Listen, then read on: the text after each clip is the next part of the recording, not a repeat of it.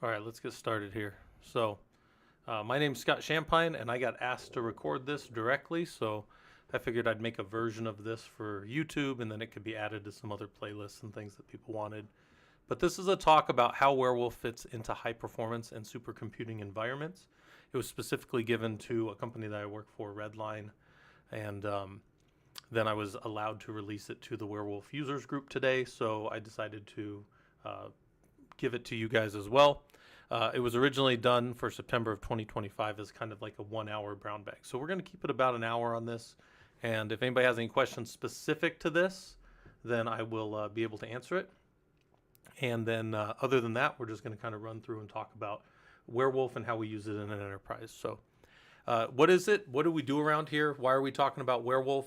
What is a supercomputer or HPC, high performance compute system? Where do we use them? What are the standards around them and kind of ways that those have come up over the years? What does the tool do? So what does Warewulf do, and how does it do it? That's the high level talk that we're going to do today, and kind of review and go through all of those things. All right. So what do we do around here? My company, Redline, we build and maintain HPC, high performance compute systems, which are generated into what we call supercomputers for customers. Those customers use them for all kind of reasons. And then I have a slide that for internal that talks about what customers we do that for. But for you guys, we just do that for government customers. Let's just say that. So what is a supercomputer, right? Like how do we build supercomputers, or alternatively, what are they? Let's level set real quick. And the idea around supercomputers comes from a really good publication, NIST 800-223. And this is a drawing from page 3 of the document, but it's page 11 of the PDF. I know that because I just showed it to my college students a few minutes ago. And here's the outside world, some firewall, and then some cluster internal network. This is typically air-gapped right here. And what that means is that the network comes in, but then some process takes control before you can get into the internal network. Whether it be on the login nodes like a bastion, or data transfer nodes, they can also be behind a bastion or a load balancer. And then web portals, or sometimes things like Open On Demand or other tools like that. Then you've got your high performance compute nodes, and those nodes are all exactly the same systems. They have the exact same size RAM versus CPU components, right? If you have 4 CPU, let's just give a real example, 256 CPUs to 2 terabytes of RAM is a 1 CPU to every 4 gigs of RAM ratio, and that is adhered to across the entirety of the cluster. If that's ever not going to be adhered to, like if we're bringing in more compute nodes of a different architecture or something, we tend to, within the scheduler, define a different partition for those so that they're always treated as their own component system, right? And what happens here as you look at this HPC system reference model is, users log in, they send jobs in through a scheduler, and then the scheduler puts those work products, those work units over here to run against a bunch of compute nodes, and then their back-end storage over a high-speed network over here. And then when they're done, they report back to the scheduler, and data are pulled from the storage nodes through the data transfer nodes back out. That's what we kind of do in this sense. So, we got access devices, how people get in. Then we got management devices, or sometimes we call these infrastructure nodes off to the side. Some people call it the management nodes, some people call it infrastructure nodes. They're not really part of the supercomputer. They're running and touching it and interacting with it, but they're not really part of where the work is done, which is over here in the compute nodes, right? So if that's what a supercomputer is, and it's got compute nodes and storage nodes, and those storage nodes are running a bunch of big Lustre or GPFS or Weka, all these big kind of parallel file systems where all of these nodes can be touching them, almost as though all of the data were directly attached to the system. It's kind of interesting. Well, what are some of the problems then, right? When we talk about systems and how something meets or how something meets a need, typically we got to talk about what the problems are. So what are some of the major problems with building and operating supercomputers, right? Like they've been around a long time, and CI/CD is kind of a newer thing to the industry. I'd say less than 15 years. Well, the modernization problems are a lot of the times all these compute nodes are stateful nodes, meaning when we build them one time. We build them back in 2020, and then they don't change. They're the same server build all the time. They get patched. We patch a fleet of aging servers off. That's a way that I've said it before. We're patching a fleet of aging servers. Well, stateful nodes are hard to keep patched and updated. You need downtime for them. You need to roll through and turn them off and turn them back on. Make sure that they accepted the new kernel and everything got updated right. When you change a lot of the back-end InfiniBand drivers, what we call OFED, has to be recompiled for every version of the kernel. Well, you can do that one time over here on one of your nodes, and then you can deploy it as an RPM everywhere. But even then, there's a lot of testing and things that kind of go in for stateful nodes to be able to be patched and maintained, especially at scale with thousands of nodes. It becomes a nightmare. Stateful nodes in and of themselves are not part of CI/CD. When we want to deploy new code onto them, we have to take the old code off and put new code on. That's not really, continuous integration and continuous deployment, where we love to just drop a new container with everything self-contained, move the old one out, blue-green type deployments, and we've got whatever new. We don't really do that with stateful nodes. We scrape the old Tomcat out and put the new Tomcat in on top of Apache to run Java or whatever the tool is.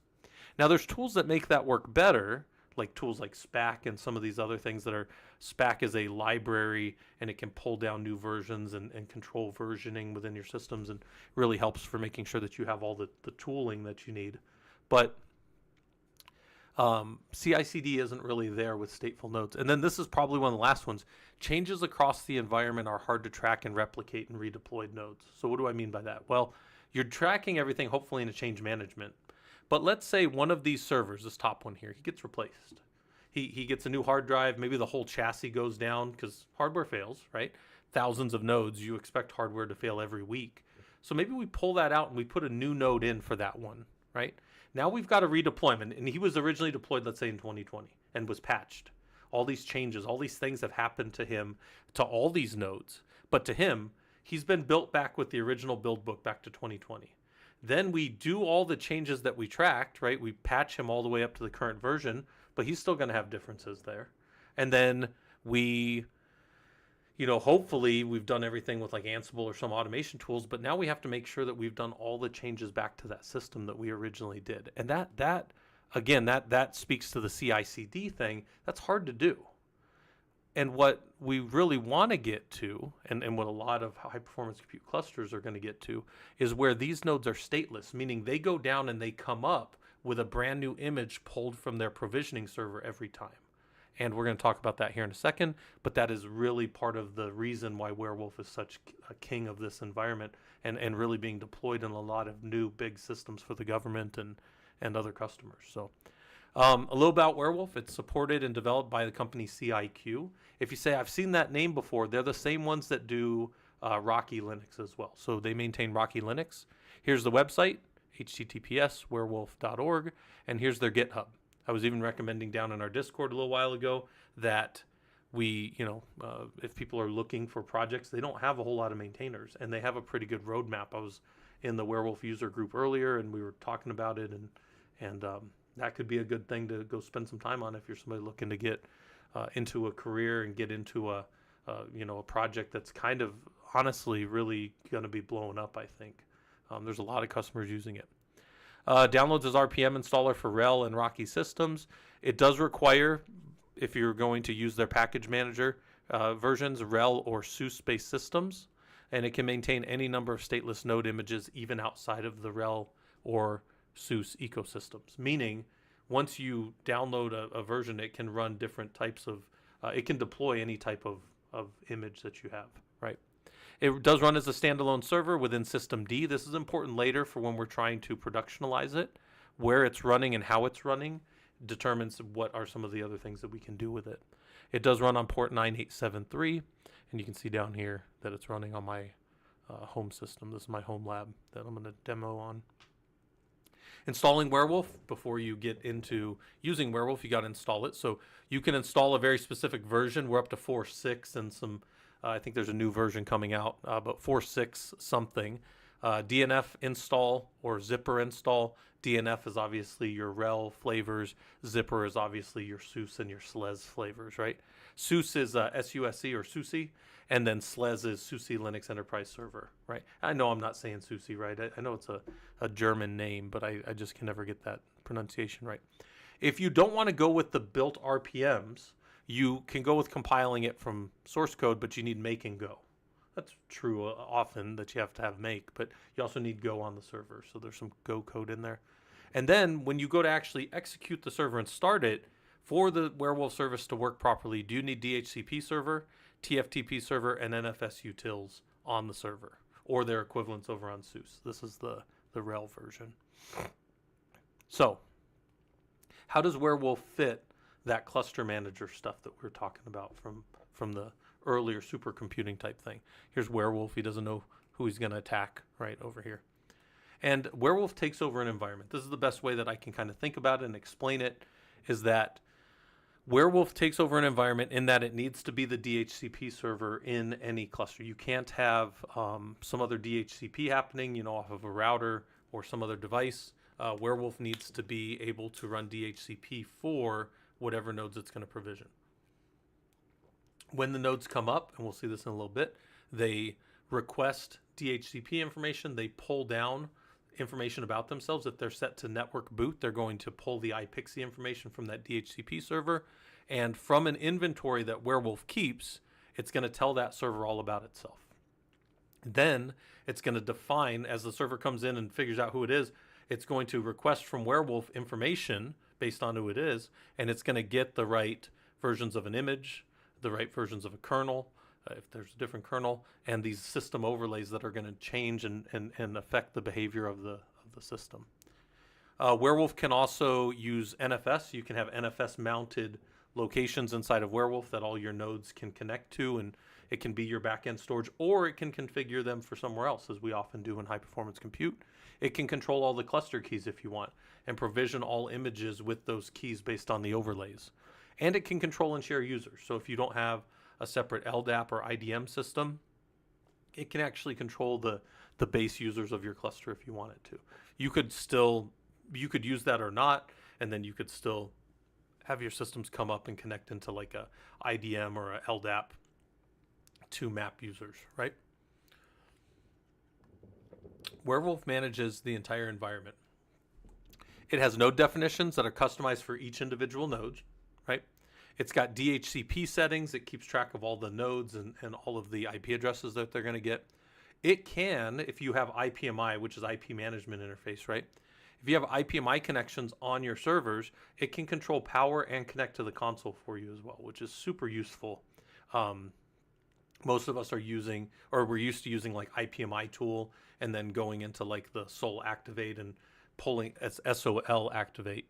Yeah, it's like a SOL activate and then pulling up the console and that kind of stuff and then rebooting a node if we need to. Well, we can do that through Warewulf. So it can have a tremendous amount of power within a physical environment, because a lot of these supercomputers are all physical boxes, right?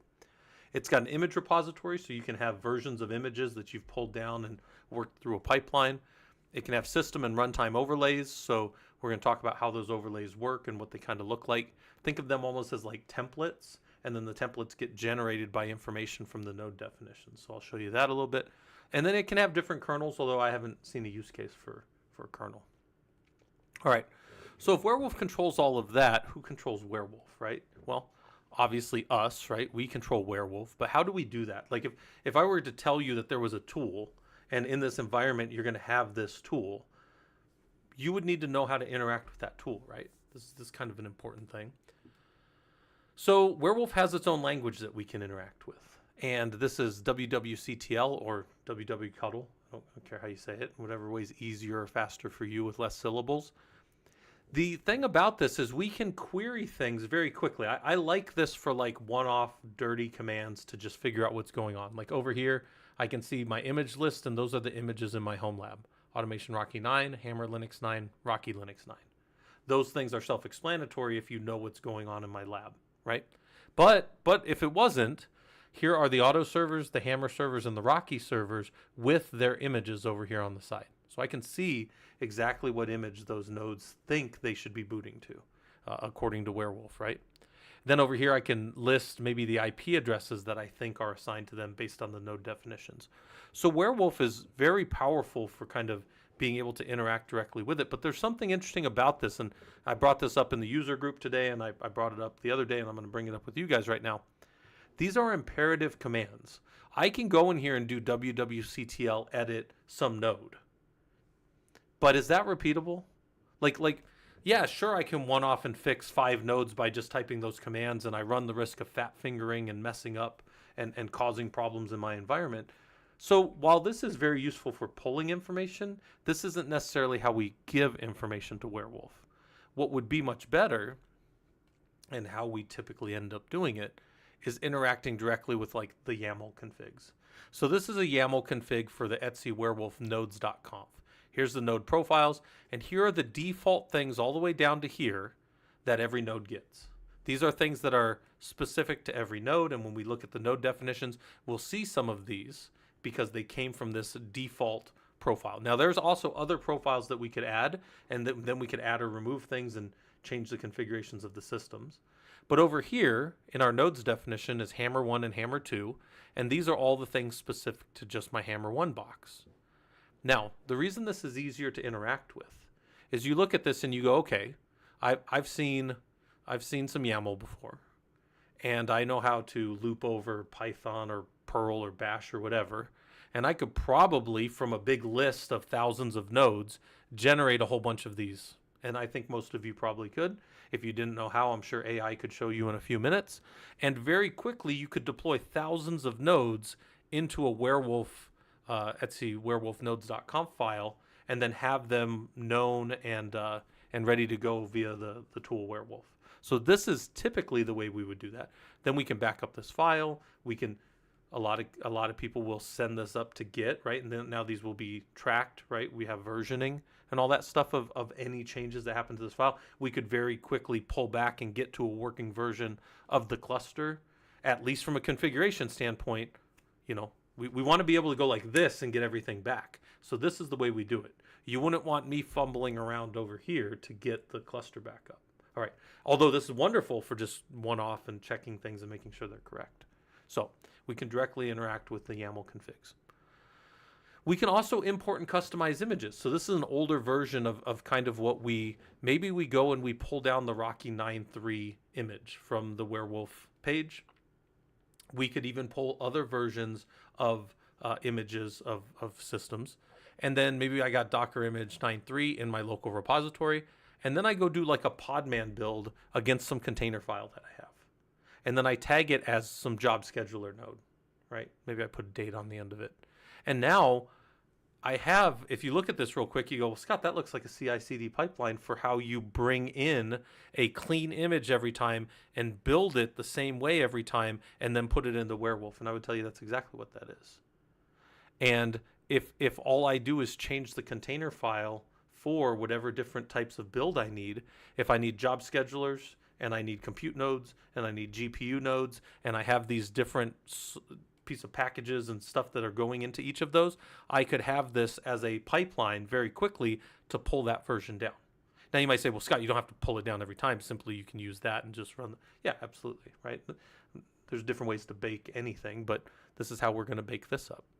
Once we have it imported to Warewulf, we can interact with those container images. Now, I have to point out, I started using Warewulf in like version 4.4 maybe 4.3, but now it's 4.6. So some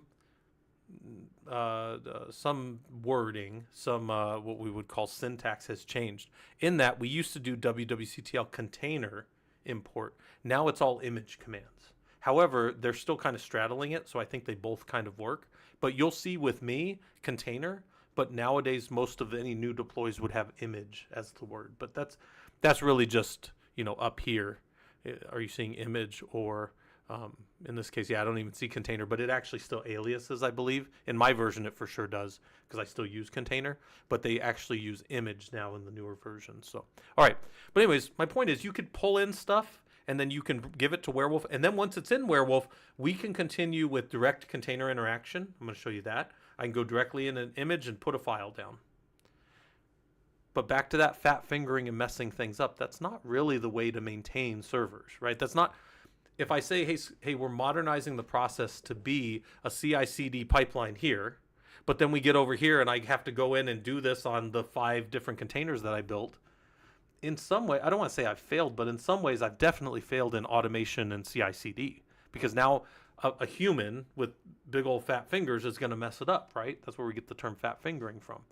So what I might use is a tool like Ansible, and I can do security stigs and harden a box or harden an image. I can do other things like add users if we need to. That's actually what I'm going to show as a demo. But the point is I can interact with the container in an automated fashion. So now I pull all this in, and then instead of doing direct container interaction, I can just go use some automated tool to fix all my images up to the STIG standards that I need. I can go get my reports, turn them into my ISSOs, right? My information system security officers. I can hurt my arm, patting my back as hard as I can because I did all my work well, right? So let's go look at that real quick. And this is kind of a high level of a manual pipeline. So we can, again, once we have it in, it exists in our environment as just a chroot jail, or a chroot if you prefer. So here's my image list. And then I say I'm going to do a container exec into automation Rocky 9 via bin bash. And then I drop into that, and I can just touch a test file. This is chrooted in, or chroot in, and I've made the file. And as long as I have a good exit code, so I use true, but this also returns 0, but that's fine. Then when I exit, it will go build all of that and make a new image. So here's varlib, Warewulf provision images, automation Rocky 9. That's where all my servers go that need that automation Rocky 9 image. That's where they get it. This over here is interacting with the chroot, and I'll show you the pathing here to that in a second. But until it builds, it's not ready to go in your environment. This is very important because this is something I pointed out earlier, and I'm going to tell you guys too. If I touch this temp test file, and then I do a false here, and then I exit, and it doesn't build, that temp test file is still in that chrooted environment, right? It's still in that environment, waiting for the next time it gets built. It's still there. So I actually have to go remove that myself from the big long path. Otherwise, the next time this gets built, that thing that I backed out here as a change is still there. It's a very important thing to understand. Also, another reason we don't go manually editing things, right? Manually editing things just means things that Scott has to keep track of, things that you have to keep track of in your environment, when what you really want to do is be somebody who can automate these things and make them always behave the same way. So let's look how that might look. I'm going to give you a very simple example, but here's the Ansible example. So I was down in a STIG folder. Here's my chroots, or chroots, however you want to say it. It's varlib, Warewulf, target. This was target Linux 9, rootfs, and then we're using Ansible connection for chroot, right? Then all I'm doing in this environment is going in there. I'm going to hit hosts all, but it's really just this one, right? You see it right here. And all I'm going to do is run this playbook that creates a service user Ansible. That's all it's going to do. Simplest little thing. And he's got root permissions if he needs root because he's in wheel. And it goes and it runs it against that environment. And then an important thing to consider here and understand here is this is only doing the chroot connection. We still have to then go cut off, or we have to go kick off a wwctl image build for the name of this target Linux 9 or whatever. Actually, this is a newer image in my environment that I use for all the automation courses, right? So this is the way that we would do it. And then you would say, well, so what if you wanted to stig and harden the box to the actual, secure technical implementation guidelines? Well, then I would run my stigs here against the chrooted environment, and it would do all the changes that it can. There are certain stigs that can't be remediated through an image. Those type of things tend to have to be fixed later. So what you say, well, what are some of them? Well, you can't fix sysctl in a running system. What you can do is you can set an etc sysctl.d file, right? And that's what I normally do is I set the file there. But you can't go and fix the running system like a normal stig fix might do. You can't change systemd tools that are running. But you can make links so that systemd behaves a certain way as the system comes up and calls certain files and different run levels, right?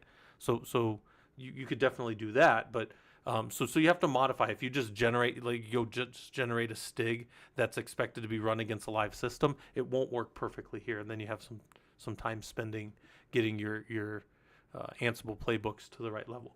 By the way, I show people how to generate those in one of our courses, on our security engineering course. And if anybody needs those, just let me know down on Discord, and I've been building them in my lab for a long time. So if anybody ever needs those, I can give them to you. But you would honestly want to play with them yourself and figure out how to get that to run. But here's a very simple one that ran, right? Made a change in the environment, and then we would do a wwctl image build for this image, and then it would be the new image deployed to systems. All right. So how do we build and define nodes? I said that Warewulf is going to keep the inventories of everything.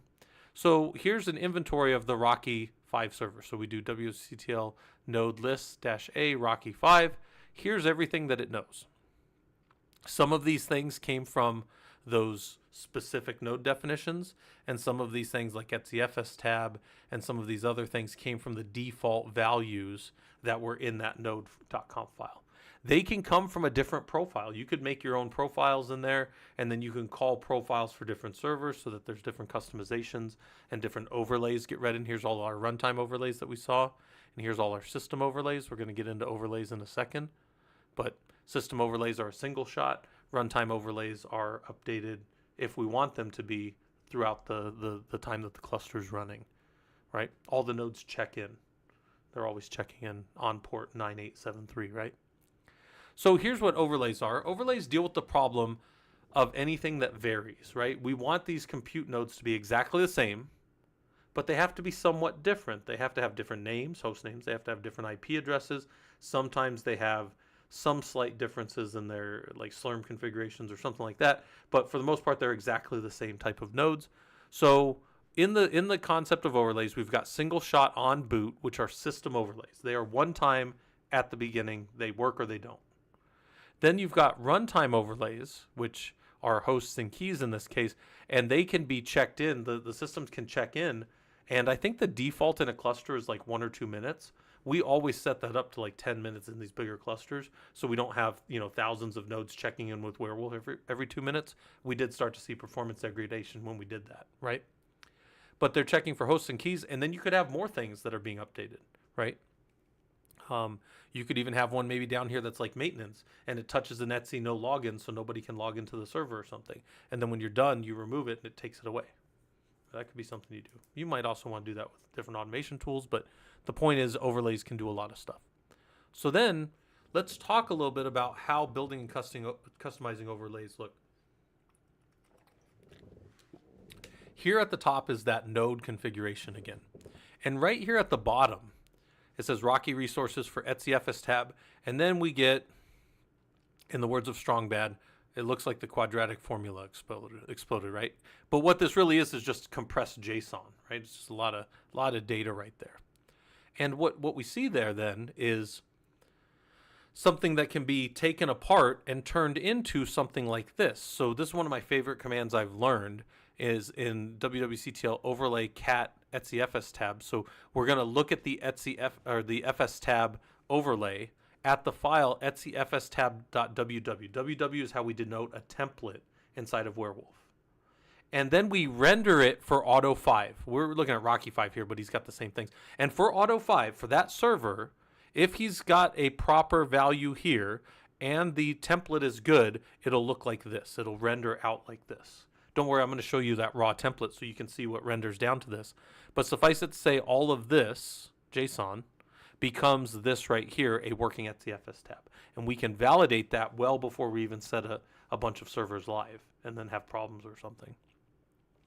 So looking at it again, here's that Rocky 5 box, and here's his defined values. And they feed up into the template up here. We did an overlay list for etcfs tab, and we see the etcfstab.ww template right there. There's our template. And then we come down here and we see all of these template values. And what this is doing is reading through this and dropping in that value to give us that net effect of this right here. And then in the running system, as it's running, it actually mounts those 4 mount points correctly. So here is the node definition. Here is the raw template. And then pardon my workflow, but up here is it rendered into an etcfs tab, actual working etcfs tab, and then this is it as a net effect on the running config of the server. All of that can be defined, built, tested, and then running on a system very quickly. And this is super powerful, right? For Warewulf, this is a super powerful concept that these overlays can do different things in the environment if we need them to on different types of nodes. Need different accesses into different parts of the file system. Super easy to configure. Really, really simple. Okay, so then we keep going down. So now here's thinking time. I'll give you guys a minute to think about this. And when I did the presentation today for the group, I only had 20 minutes. This is a 1 hour long presentation by default. In fact, I'm already 30 minutes in because I've been talking a lot more. But what's the difference between baking and cooking?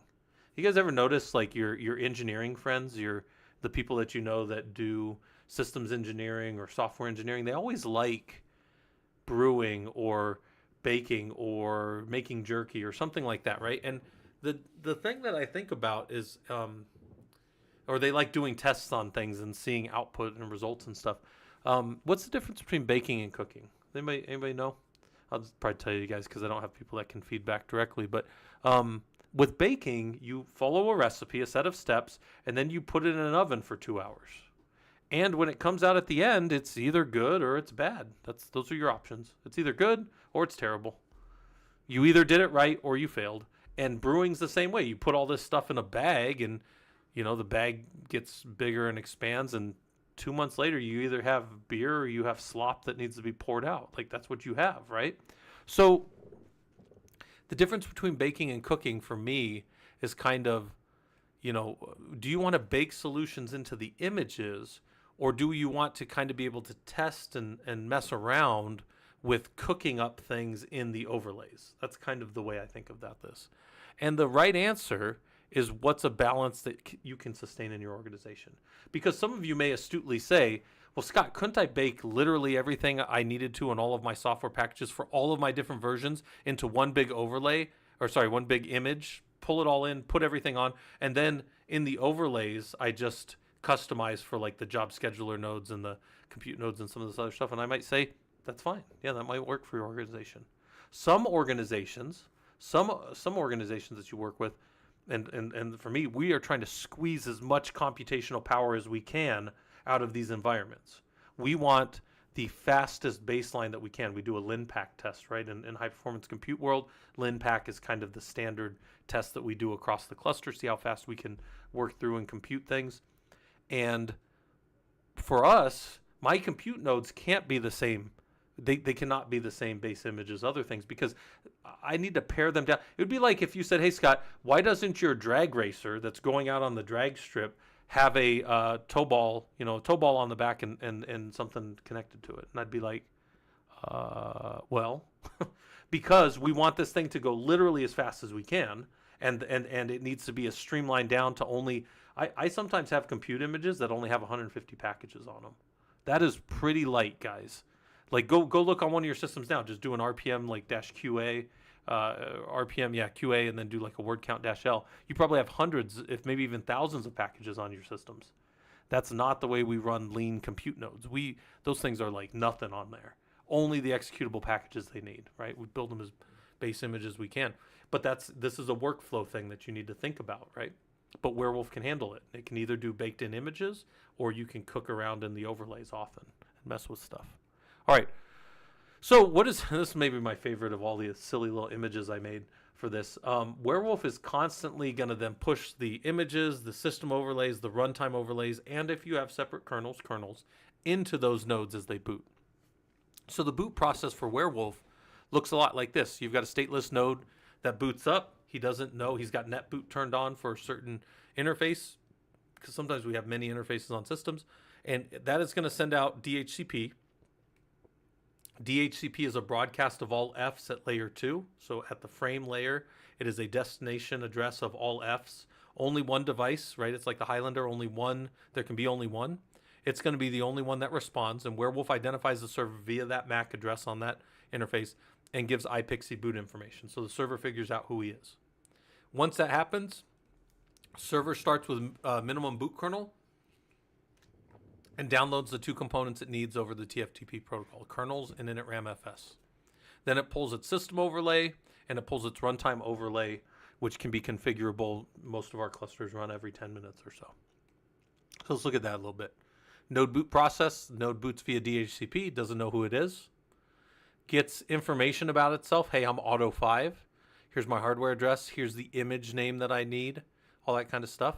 Then he goes and he queries for that image name and pulls that down from Warewulf, right? Then the server starts with a Dracut and 2-stage for my environment.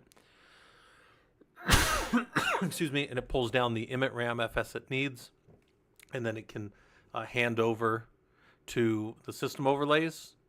And then the last thing that happens is it mounts root over the tempfs, and it comes up as a working system with all of those overlays applied. That's that system overlay that we saw for NFS.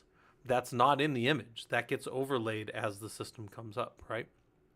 So then before we get to that, let's look at that in my home lab environment, right? We're here. I have a little more time. I can jump over to Warewulf, go to Auto5, and reboot them, right? And then I come over to this other part of my environment. I think my nodes are down. Hold on. Let's get my XCPNG stuff back up, because apparently something's been weird in my environment. And here's Auto5, and we're going to go to the console on him real quick, and we're going to watch him come up. He's going to pop up. He's going to ask DHCP with a bunch of Fs. Says, hey, who am I? Is he going to get responded to? And then once he gets responded to, he's going to pull that information, and he's actually going to boot himself up to be Auto5 again, right? And we can watch that happen here in a second. It takes about 3 minutes from the time we reboot a node till it comes up. We could be watching over here with like ping on Auto5. But over here, you're seeing the system start to do its iPXE, and it's found out already that it's Auto5. This is a stateless node. He does have disks in him, but none of his disks are holding any master boot record information. So he just pulled the minimum kernel that he needed to boot right here. And then now he's going to start up, and he's going to pull his second stage of the kernel and start up the rest of the way. Or second stage, yeah. You can see right here. So there's his kernel args, his version of the kernel. He's going to download Dracut initramfs and be able to start up the system. Here's the node that he went to for the Warewulf. That is the Warewulf in my environment. Over here, he's still not responding to ping yet. He'll start responding when you see him get past all his system overlays, because once his system overlays are done, he's going to have his IP address applied, and he's going to come up the rest of the way. We're going to get some warnings because it's on a little bit older hardware. That's fine. Watch him boot up real quick.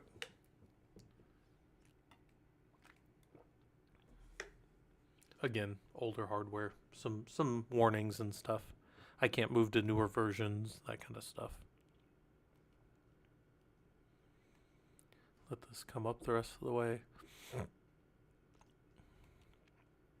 It'll be to about the 150 to 180 sequence number here, because that's going every second.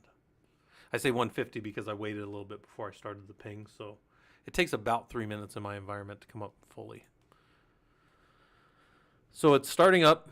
It's about to go to the system overlays. You'll see some errors in the system overlays because I have some unresolved SE Linux type stuff that I probably need to fix one of these days, but is not pertinent to the course now. So you get to see a few errors, right? And then it's going to start to mount, and then it's going to come over here and boot directly into login. And here we have our response. And then I can SSH to Auto5 and uptime. He's been up 1 minute. Information about him. CMD line. We can see how he booted, right? That's information from his command line boot. And we can information about his release version. That also comes from the image that he's on. All right. So all that being said, right? I showed you guys some interesting stuff, some good ways to kind of maintain an environment. But we want to productionalize Warewulf. We want it to be ready for the big leagues, right? Put me in, coach. I'm ready to play. Well, there's a few things that we have to do.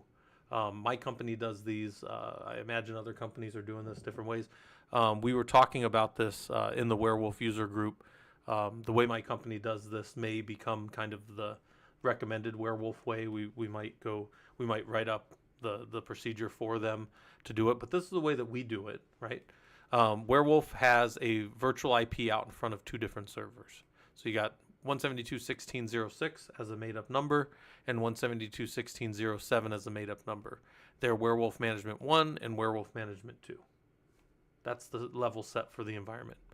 They share a VIP, a virtual IP of 172.16.05. That's how the cluster knows them. Within the cluster configuration tools, 172.16.05. So when this node's primary, he responds here. When this node's primary, he responds here. When they're talking to each other over heartbeat to check for responsiveness, they're talking over this here. Right? This IP is how they ping each other back and forth with HA checking. Now, earlier I said Warewulf was a System D service, and if something's a System D service, you can put CoroSync around it with resources, and then now CoroSync can maintain as what we call resource pools or resources, all of the Warewulf services. So we can define those services and we can make them come up in a certain order. Now in our environments, we have a direct attached storage that connects to both of these machines. And this is a little incorrect in that they're both always attached. They're both always attached, meaning you can see the disks on either node. But as part of the CoroSync coming up process, we mount the logical volume management disks here, and then we start the Warewulf service so only the node that's on can interact with the disks. Do the disks exist, and could a root user mount the disks? Absolutely. They shouldn't do that, though, because we want only the Warewulf components and data, that Etsy Warewulf information that we always change is actually stored down here on direct attached storage on the server. Then we start the service, and then the nodes check between each other. They have an IPMI connection, which I should probably draw in here eventually. And that IPMI connection is Internet Protocol Management Interface. And what they're doing is getting ready for Stoneth. Does everybody know what Stoneth is? It's one of my favorite concepts in engineering. Stoneth is shoot the other node in the head.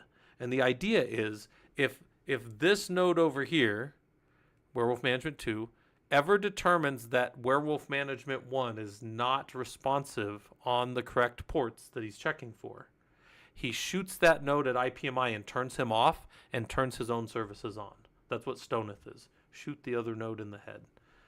It comes from a actually worse term, Stometh, which you can go look up Stometh if you want. And if you can't find out what it is because it's not on the internet because it's so old, you can ask me down in the Discord if you want. But anyways, there's our high availability for Warewulf using Pacemaker and CoroSync, right? And then review, what do we do around here? We build high-performance compute type systems. We build them in a way that is repeatable and sustainable with modern techniques and CI/CD type pipelines. And why are we talking about Warewulf? Because Warewulf's a great way to do that. It does the cluster resource management and the what's called right here. It does right there. It does the provisioning. So it does the resource manager and the provisioning and other cluster services, just knowing what's going on in the environment, right? So it does those things well. And then what is a supercomputer HPC system? We level set that to NIST 800-223 is an excellent model. If you told me, hey, Scott, I know Linux well, but I want to get into doing high performance compute type stuff, I would tell you, well, that's a good place to start. Knowing those concepts of the thing are going to help you support it if you're going to go try to be an admin or an engineer on it. What does Warewulf do? It takes over an environment and it runs everything if you allow it to. It doesn't need to be the only DHCP server in an environment. And then how does it do it? Well, the concepts are, it's got images, it's got overlays, it's got kernels. The overlays are split out into system overlays, which are single shot when it first happens, and runtime overlays that only occur if you have updates for the cluster. So it's on by default, but each of the nodes needs the WW client running to be able to check back in, right? So it's a pull concept from the nodes, not a push concept from the cluster manager. That's an important thing to understand too.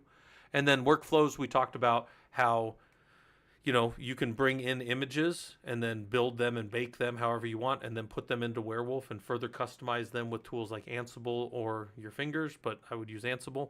And then we can generate workflows from that can pull in new versions of things and test things and all that kind of stuff. And I really said, hey, How do you want to do it? Do you want to always build new images in an environment? Do you want to use system overlays? In all things like this, it's what is the workflow that is tenable and acceptable to your organization, right? What can you palette? What can you accept as a workflow? And then here's your questions. If you guys have any questions, signs that you are a werewolf. Sometimes you turn into a wolf. I found that on the internet. I thought that was funny. All right. I'm going to stop this presentation here. If anybody needs anything, I will be over in the Discord. I'm always kind of hanging out down there, but I appreciate